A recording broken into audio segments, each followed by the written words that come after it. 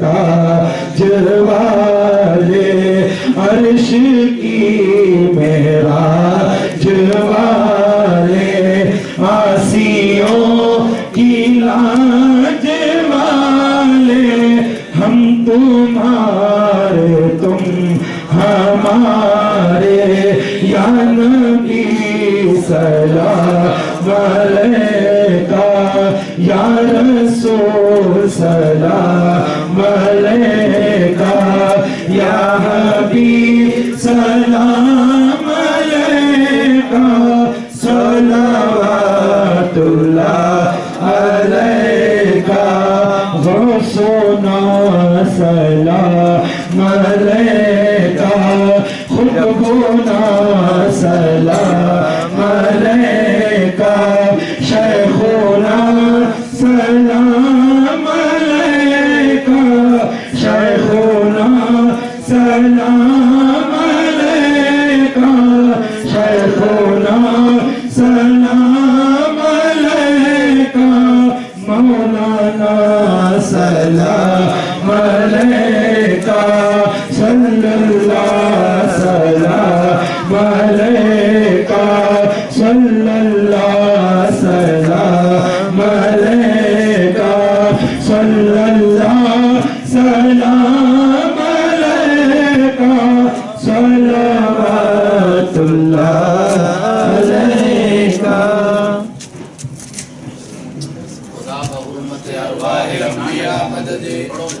محمد محمود مصطفیٰ مدد برائے پنجتن پاک شاریار نبی، ببرکت ہمیں ارواح اولیاء مدد، حمد بے حد ہے جناب کبریا کے واسطے، تحفہ سلوات شاہ مصطفیٰ کے واسطے، یا میرے اللہ جملہ انبیاء کے واسطے، حاجتیں برلا میری کل اولیاء کے واسطے، یا نبی نور سے آنکھیں میری بینا کر دو، اپنے جلووں سے مجلہ میرا سینہ کر دو، پڑھ تحیت اہل بیت اور چار یاروں کی ضرور، پھر ادب سے ہاتھ اٹھا اپنے دعا کے واسطے، بخش دے اللہ تو ستار ہے غفار ہے، بخش دے اللہ تو ستار ہے غفار ہے، صدقہ شاہ عبد قادر پارسا کے واسطے، قلب ہو بیدار میرا یا الہ العالمین، قلب ہو بیدار میرا یا الہ العالمین، حضرت صوفی علی حسین تاج الاولیاء کے واسطے، بندے عاجز ہوں یا رب کر میری توبہ قبول، حضرت خواجہ محمد حسن سلطان الاولیاء کے واسطے، آفتاب دین و ملت حضرت شاہ محمد عنایت حسن، ماہتاب صبر و تسلیم و رضا کے واسطے، ہو دعا مقبول میری صدقہ لا تقنطو، شہنشاہ محمد نبی رضا کے واسطے، دل کو میرے یا خدا دے زندگی اور تازگی، شاہ عبدالحی مقبول الدعا کے واسطے، ہم کو اپنے بارگاہ اہلیت میں کر قبول، مخلص الرحمن جہانگیر خدا کے واسطے، کر مدد میری خدایا ہر گھڑی ہر حال میں، شاہ امداد علی و باصفا کے واسطے، ہم کو اپنے ذکر و فکر و شغل میں مصروف رکھ، شہ محمد مہدی نور الورا کے واسطے، نور ایمان سے میرے دل کو منور کر خدا، حضرت مظہر حسین حاجت روا کے واسطے، فرحت دل دے ہمیں یا رب نہ ہوئے فکر غیر، فرحت اللہ افتخار الاولیاء کے واسطے، حسن خوبی سے میرے دل کو خدایا کر حسن، حسن علی شاہ حسن ابر صفا کے واسطے، نعمتیں دی سے ہمیں کر یا الہی سرفراز، شاہ ملہم پاک باز اخریا کے واسطے، رکھ شریعت اور طریقت پر ہمیں ثابت قدم، شیخ خلیل الدین سید محلقہ کے واسطے، نفس کی روباہ بازی سے خلاصی دے ہمیں، میر سید جعفر و شمس الضحیٰ کے واسطے، دور کر ہم سے خودی اور اہل دل کر دے ہمیں سید اہل اللہ امیر اہل صفا کے واسطے نظم کر میرا قبول ہے بادشاہ دو جہاں شہ نظام الدین سید اولیاء کے واسطے شہ تقی الدین کا صدقہ ہمیں کر متقی شہ نصیر الدین سید بے بہا کے واسطے سید و محمود سید میر فضل اللہ شاہ قطب الدین درے بحر فنا کے واسطے شاہ نجم الدین قلندر سید مبارک غزنوی شہ نظام الدین سید ثانیہ کے واسطے اونچے دل کو کھلا میرے الہ العالمین شہ شہاب الدین صاحب گلزیہ کے واسطے قادر مطلق ہے تو اپنی عنایت ہم سب پہ رکھ قادر مطلق ہے تو اپنی عنایت ہم سب پہ رکھ حوصلہ اعظم شاہ جیلا قطب الاولیاء کے واسطے البرائے بو سعید و بوالحسن یا ذوالجلال رحم کر بو یوسف رحمت اللہ کے واسطے ہم کو اپنے عشق میں متوالا کر دے اے خدا حضرت عبدالعزیز الفت رسا کے واسطے شہ رحیم الدین و شہ ابو بکر شبلی کے طفیل فضل کر حضرت جنید پیشوا کے واسطے شہ سری سختی و شہ معروف کرخی کے طفیل شہ امام دی علی موسیٰ رضا کے واسطے موسی قاسم صدا علم و عمل و علم دے جعفر و باقر شہ زین العبا کے واسطے راہ میں تیری رہے ثابت قدم ہے بے نیاز صبر دے ہم کو شہید کربلا کے واسطے معرفت کے نور سے دل کو میرے معمور کر پیشوائے دی علی مرتضی دست خدا حاجت روا مشکل کشا شیر خدا کے واسطے یا الہی میرے سیاں مجھ کو شرماتے ہیں اب یا الہی میرے سیاں مجھ کو شرماتے ہیں اب بخش دے حضرت محمد مصطفیٰ صلی اللہ علیہ وسلم کے واسطے عشق دے محبوب کا ہم کو الہ العالمین سیدہ معصومہ حضرت فاطمہ رضی اللہ تعالیٰ عنہا کے واسطے عشق دے مرشد کا ہم کو یا الہ العالمین عشق دے مرشد کا ہم کو یا الہ العالمین انبیاء و اولیاء اور اصفیاء کے واسطے اب تو بگڑی کو بنا دے اے میرے پروردگار ہم سب کی بگڑی کو بنا دے اے میرے پروردگار شیخ العظم شیخ امیر ابوالعلا کے واسطے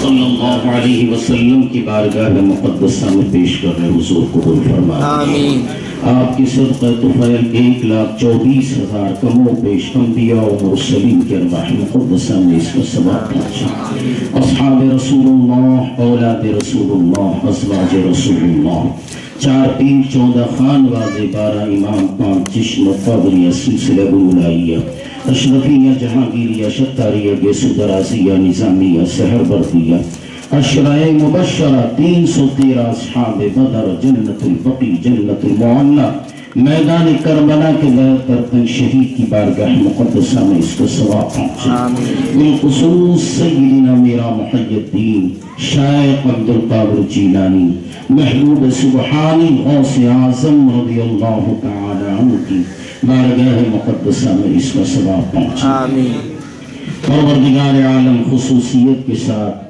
آج سلطان الاولیاء کا عرس مبارک ہے مولا تعالی حضور سیدنا خواجہ محمد حسن شاہ رحمت اللہ علیہ کی بارگاہ مقدسہ میں نذرانہ عقیدت پیش کر رہے سرکار قبول فرما لیجیے آپ کے صدقہ طفیل آدم علیہ السلام سے لے کر آج تک جتنے اقطاب اوتاد اغواس ابدان ہیں پروردگارہ ان سب کی روح پاک کو اس کا ثواب پہنچے جمیع المؤمنین والمؤمنات والمسلمین والمسلمات الاحیاء منہم والاموات کی ارواح مقدسہ میں اس کا ثواب پہنچے الہی خیر گردانی بحق شاہ جیلانی الہی خیر گردانی بحق شاہ جیلانی الہی خیر گردانی بحق شاہدی خدا بندہ ویسی پاک کے نیکی کے صدقے ہمیں بھی خاک پا رکھنا ہمارے پیر و مرشد اس عالم میں سایہ رہی ہمارے پیر و مرشد پروردگارہ ہمارے گناہوں کو معاف فرما پروردگار عالم بیماروں کو صحت کاملہ اور عاجلہ عطا فرما بالخصوص تجمل الیاس جو کارپنٹر ہے سخت علیل ہے پروردگارہ پیران عظام کے نالین مقدسہ کے صدقے اسے صحت اور تندرستی عطا فرما اس کے علاوہ جتنے بھی بیمار ہیں مولا ان سب کو صحت اور تندرستی عطا فرما مولا دنیا اور آخرت کو ہماری سوار دے اور اللہ والوں کا احترام کرنے ان کی صحبت اختیار کرنے کی توفیق عطا فرما ان اللہ و ملائکتہ یصلون علی النبی یا ایھا الذین آمنوا صلوا علیہ وسلموا تسلیما اللهم صل على سيدنا محمد وعلى آل سيدنا محمد طب القلوب ودوائها وعافية الأبدان وشفائها ونور الأبصار وضيائها وعلى آله وأصحابه دائما أبدا حق لا إله إلا الله